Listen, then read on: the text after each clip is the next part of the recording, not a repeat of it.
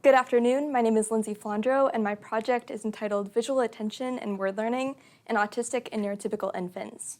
I'm working under Dr. Kelsey West in the Bama Baby Lab here in the Department of Psychology at UA, and in this project, I'm aiming to understand how infants on the autism spectrum allocate their visual attention and how their attention relates to their word learning.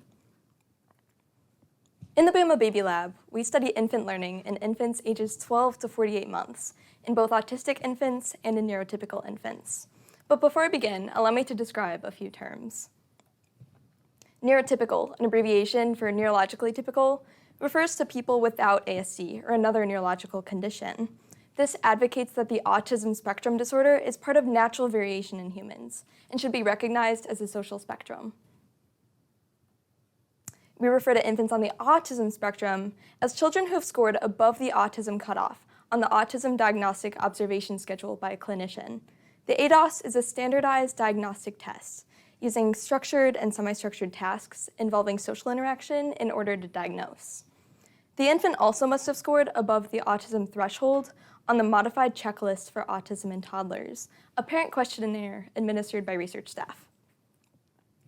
Before infants even begin preschool, they acquire an incredible array of foundational skills. They master motor skills like walking, learn hundreds of new words, and learn to direct their attention to meaningful information. Is infants' learning across all of these domains related? This is the main question we aim to study.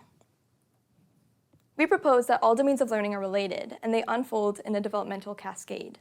A developmental cascade is the idea that one change in development can have a domino effect in many different areas. Here, we propose that an infant's motor behaviors, how they choose to move their bodies, affects what babies see, and what babies see influences their word learning. Consider for the moment the proportions of a baby's body. Their head is huge. Their arms only reach to the top of the baby's head when the baby raises them. Their abstract body proportions, therefore, make a huge impact in how a baby can perceive the world, and therefore affect the baby's interactions with its surroundings. Let's take a moment to observe the baby's field of vision before and after the walking milestone. The ability to walk allows for whole new opportunities for many domains of learning due to increased field of vision as well as freedom of hand movement. Most importantly, the ability to walk allows babies to allocate their attention to a wider variety of objects, allowing for substantially more learning opportunities. Here we have a crawling infant's view of the world. The bottom panel shows you a view of the baby crawling, and the top video shows you what the baby can see. The crawler's view is dominated by the walkway that's right in front of him, and he can't quite see the other people or objects within the room. And here's what a walking infant can see. The walker sees a broader view of the room and the distant people and toys within it. In our previous work, we asked the question, do some body positions offer better views during word learning? And the answer was yes. Infants have better views while they're upright compared to when they're in other body positions. Notice that when the infant's upright, he can easily view the object and hold it in his gaze as he moves around the room.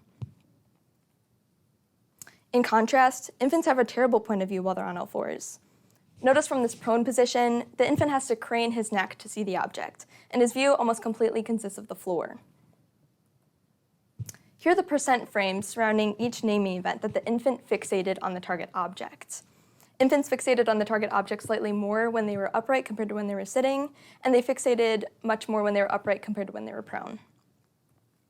Now, how may this look differently for autistic infants? For parents and researchers alike, delayed language is one of the earliest indications that an infant may have an autism spectrum disorder. Autistic infants speak their first words at later ages than neurotypical infants do, and the pace of their word learning is slower throughout childhood. The question we aim to answer is if there's a direct relationship between attention span and word learning that may result in this delay. In the past, researchers have utilized remote eye tracking techniques to study attention, in which an infant is seated in a chair and shown screen-based stimuli like pictures or movies, while the eye tracker records the location of their gaze on the screen. But screen-based tasks differ dramatically from infants' daily experiences. During everyday life, infants are free to move from room to room, choosing where in their surroundings to look. And language is learned amidst clutter, in homes filled with toys, objects, and people, rather than just in simplified tasks. Therefore, we will be using head-mounted eye trackers in our study, which are helmet-like tools that allow researchers to record both the baby's field of vision as well as their eye movement, so we can articulate exactly where in the world the infant is looking for exactly how long. This type of eye tracking does not interfere with the baby's movement, therefore able to study how posture and other motor skills may affect the baby's field of vision as the baby moves around and allocates his or her attention the way the baby typically does. The eye trackers are from the company Positive Science and record exact gaze direction through two small cameras, one that records the visual scene and one that records the infant's right eye, both of which are embedded into a fitted cap. After each experiment, the videos are imported to Positive Science Yarbus software, which calculates the precise location of gaze in each video frame using estimates of pupil and corneal reflection from the eye video. This gives us the opportunity to measure attention on a frame-by-frame basis to gain a true understanding of how infants allocate their attention during natural, unbothered play. In our study, we are including 20 infants on the autism spectrum, 20 neurotypical infants, and their primary caregivers. At the start of each session, the eye tracker is placed on the infant.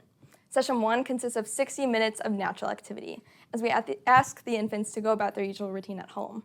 And Session 2 consists of play with 9 new toys, all with new names, which are given to the parents prior to interacting with the infants. After each session, the eye tracker is removed, and an experimenter will test the infant's knowledge of the object names in 18 trials. In each trial, the infant will be shown 3 objects and asked to identify one specific toy, using terms like, "Where's the Dax? Can you show me the Dax?" which is one of the object names. And finally, the caregivers will complete the MacArthur Bates Communicative Development Inventory, an online questionnaire that asks which words from a list of 396 words their infant can either speak and/or understand. Using this data, we have 3 specific aims to analyze. First, how do autistic and neurotypical infants' visual attention in real-world settings differ? We'll use descriptive statistics and analysis of variance, or ANOVA, in the statistical package of the social sciences to describe patterns of attention in frames looking at specific household objects, toys, faces, hands, pets, etc., in both neurotypical and autistic infants. Second, what patterns of attention are optimal for word learning in autistic infants? Using the data from Session 2, we will compare object names that each infant learned and didn't learn, and examine the attention patterns used during those specific times.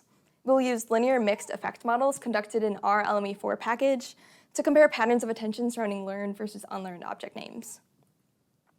And lastly, are patterns in visual attention related to composition of infant vocabulary? Using multiple linear regressions conducted in SPSS, we will probe whether patterns in infants' attention during Session 1 is related to their vocabulary size and the words the infants already know. The main reason we are passionate about our research is because it is proof that learning is a mechanism in all children, meaning the methods we use to teach the infants will affect their development in all domains. Estimates suggest that 60 to 70% of autistic children receive services aimed at supporting their language development. Thus, basic research that identifies real-world learning mechanisms is critical to design clinical practices that best serve autistic infants. By researching several developmental cascades, our lab could create interventions to improve clinical practices for neurodiverse children and allow for facilitated word learning and speech development. Here are the sources that utilize this presentation, and thank you so much.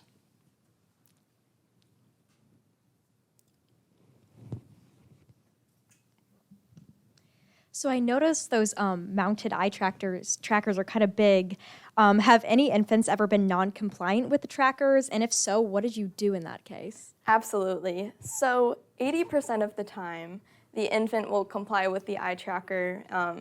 We use 2 people. One person kind of distracts the infant and, plays with his or her hands or gives him an iPad, while the other person kind of can just make sure the eye tracker is in place and place it on the infant. But 20% of the time, the infants just do not comply. They'll throw a tantrum, they'll start crying, and then we basically just have to take a break. And if after the break the infant still does not comply, that's basically the baby not consenting to this experiment. And in that case, we will just unfortunately have to stop, which is okay because then that 80% we will still be able to use and analyze. So I was curious about the recruitment process. So how do you actually recruit the autistic and neurotypical children? Are there specific criteria that you look for? Absolutely. So we have been able to recruit many infants this semester. Dr. Kelsey West is originally from New York, so the lab was based there, and previously we've been using many infants from New York, but now that we're in Tuscaloosa, we've had to recruit many infants this semester. We've been handing out flyers to local businesses, as well as going to different local events like the Tuscaloosa Farmers Market, as well as other events here on campus. And the only thing for the autistic infants is that we've been going to the Civitan Sparks Clinic at UA Birmingham, as well as the Autism Spectrum Disorders Clinic here in Tuscaloosa, so that we can ensure that the infants we use have been diagnosed with autism. How can you ensure that the infants fixate on the target object rather than on other people or objects in the room, such as like the eye tracker? Right. Many people perceive that because there's this camera that looks out at the infants, that the infants will be distracted by that camera, but that is not the case because the camera is in the periphery vision of the infant, so therefore the infant can't really see the camera unless they're really trying to find that camera on the side of them. And a lot of the times the infants do kind of just settle, as in like, okay, this is my life now. There's this weird cap on my head, but that's okay. I'm just gonna chill here. That's the way it is. It's like putting a snowsuit on an infant. They're kind of just like, okay, that's fine with me. But basically, we just tell them, okay, there's this red apple, go to the red apple, and a lot of the times, that is what they're going to be looking at. But again, that is what our research focuses on, is what exactly is it that the infants are fixated on? Because we have done this before with neurotypical infants, but we don't quite know with autistic infants, what exactly do they center their attention on? So that is what we will be researching.